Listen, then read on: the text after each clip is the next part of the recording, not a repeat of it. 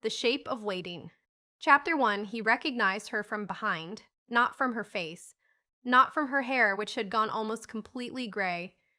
It was the stillness he knew, the way she stood at the cemetery gate without checking her phone or shifting her weight, as though she had long ago accepted that waiting was the real condition of life. Daniel remained inside the car long after the rain stopped. The windshield wipers had already gone still. Water slid slowly down the glass in narrow silver lines. Beyond them, she stood beneath a bare maple tree with one gloved hand resting lightly on the iron gate.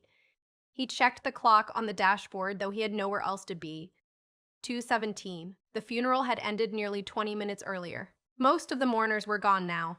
A few black umbrellas moved between the headstones in the distance like small, deliberate birds.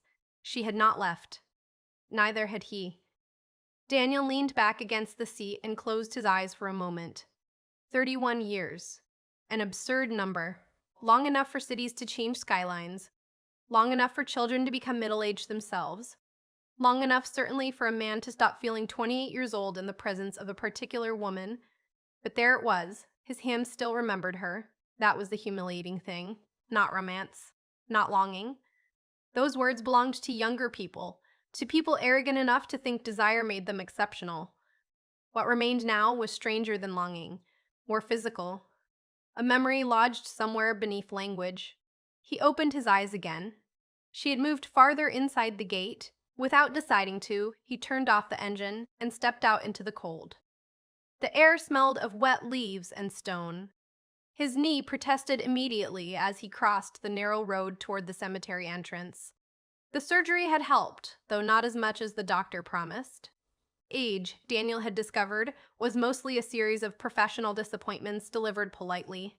She heard him before she saw him. Of course she did. Vivian turned slowly, one hand still curled around the gate. For a second, neither of them spoke. Time altered people unevenly. He saw that now. Her face was thinner than he remembered, more sharply composed. The softness had left her cheeks, but her eyes were unchanged, gray and direct and quietly unbearable. "Daniel," she said. Just that. He nodded once. "Vivian." Rainwater dripped from the branches above them. He wanted to say something measured, something appropriate to their age and circumstance. "I'm sorry about your husband." "You look well. It's been a long time." Instead, he said, "You stayed." A faint smile touched her mouth. "So did you." He looked away first. That irritated him immediately. "You knew Arthur well?" she asked. "Not well," Daniel said. "We taught together for a few years, mostly faculty meetings and committee work. He liked you." "I don't think anyone liked me in faculty meetings." "No," she said softly. "That part sounds accurate." And there it was. The old rhythm, not flirtation. Worse, familiarity. He felt it move through him with alarming ease, as though the decades between them had been decorative rather than real. She looked toward the cemetery path. "I thought you'd left academia years ago." "I did. And now? I lecture occasionally?" "Occasionally," she repeated. "That sounds like retirement spoken by a proud man." "I'm 72. Pride becomes administrative after 70. That made her laugh, quietly, briefly, but the sound entered him like warmth. He hated that. They began walking without discussing it, moving slowly along the wet stone path between the graves. Fallen leaves clung to the edges of their shoes. "Arthur spoke about you once," Vivian said. Daniel glanced at her. "Oh, he didn't know, obviously." "Know what?" She looked at him then, and for an instant he felt the full intelligence of her attention the way he had when they were young. It had always been the most dangerous thing about her. Not beauty. Certainty that there had once been an us. He kept his eyes ahead. "And what did he say?" "That you frightened the students." "I was teaching Russian literature to 19-year-olds. Fear was useful." "He said they adored you."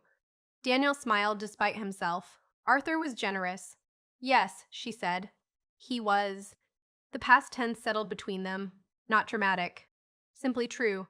Daniel had met Arthur Hale only a handful of times outside the university.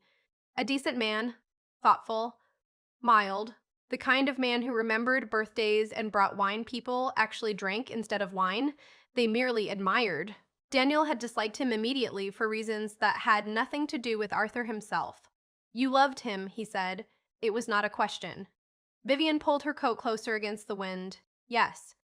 The answer arrived without hesitation. He nodded once. Good. You say that as though you're surprised. I say that as though I'm relieved. Why? He bent slightly to brush rainwater from the sleeve of his coat. Because if you'd spent 40 years unhappy, I'd have to reconsider every decision I made. She became quiet after that. Ahead of them stood a small stone chapel with dark wooden doors. Daniel remembered waiting outside it before the service began, watching strangers embrace one another in the parking lot with the peculiar intimacy grief permits. Vivian stopped walking. You always do that, she said. Do what? Turn honesty into wit half a second before it becomes dangerous. Daniel felt the old instinct immediately: deflect, retreat, rearrange. Age had not cured him of cowardice. It had only refined it. I wasn't aware I was being dangerous. That's because you only notice your own silences. The wind shifted around them. Somewhere in the distance, a bell rang twice. Daniel studied her carefully now. There were lines beside her mouth he did not recognize. Grief had entered her recently and taken up residence. He knew the look. He had seen it in mirrors after Elaine died. How long ago? Vivian asked gently. He understood at once. 4 years. And the hospital? He frowned. What hospital? He frowned. What hospital? I heard about your fall. Of course. Small towns of academia carried gossip like old women carried recipes. Quietly and forever. It was nothing. A concussion isn't nothing at your age. At my age, he said, everything becomes a medical event. But she did not smile. When did you become so careless with yourself? The question unsettled him more than it should have. He looked toward the rows of graves stretching downhill. After Elaine died, he said finally, I suppose. Vivian lowered her eyes. Daniel had not spoken his wife's name aloud in months. It felt strange in his mouth now, not painful exactly, just distant, like the name of a city where he had once lived a long time ago. She was kind to me, Vivian said. He looked at her sharply. You saw her? A conference in Boston, 12 years ago, maybe 13. She never mentioned it.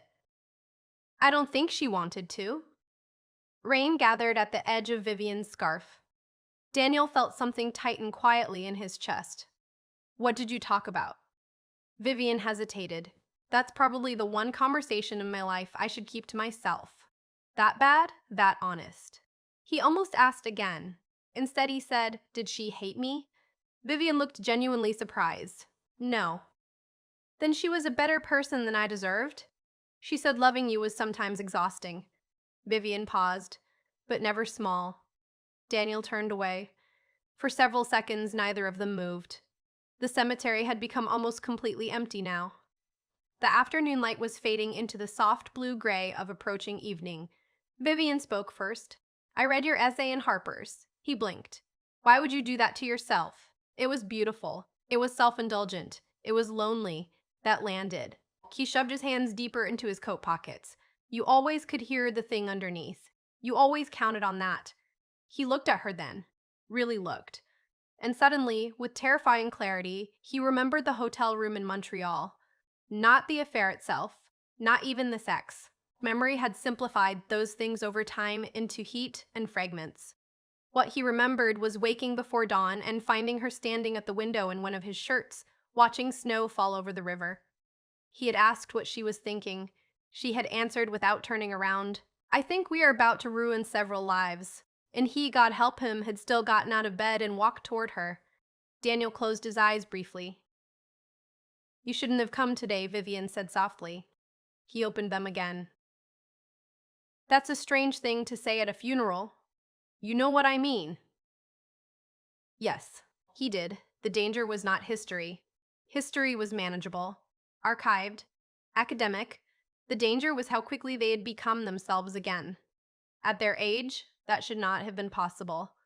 It felt indecent somehow. I almost didn't. He admitted. Why did you? He considered lying. Instead, he said, because I saw your name in the obituary. The truth entered the air between them quietly. Not dramatic. Worse than dramatic. Vivian looked down at the wet path. I almost called you when Arthur got sick. Daniel said nothing. I even found your number once. Her voice remained calm. I sat with it for nearly an hour. Why didn't you call? You were married. So were you. Yes, she said. Exactly. He let out a slow breath. A younger man would have reached for her then, or confessed something reckless, or demanded an accounting from the past.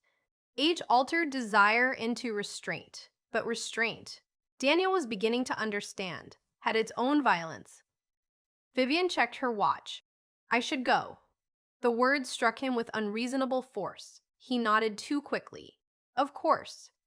Neither moved. Then, almost reluctantly, they began walking back toward the cemetery gate together. The sky had darkened completely now. Streetlights flickered on beyond the trees. At the gate, she stopped. So, she said quietly, here we are. He gave a short laugh. Yes, apparently. I live in Connecticut now. That's unfortunate. Her eyes narrowed slightly. You still think New England is a moral failure disguised as a region? I spent 6 winters in Boston. I stand by my scholarship. Again that laugh, smaller this time. Sad. He realized suddenly that he did not want the evening to end. The recognition came not as excitement but as dread. At 72, beginnings are much harder to survive than endings. Vivian reached into her coat pocket and removed a pair of gloves she had not worn all afternoon. Take care of yourself, Daniel. You too.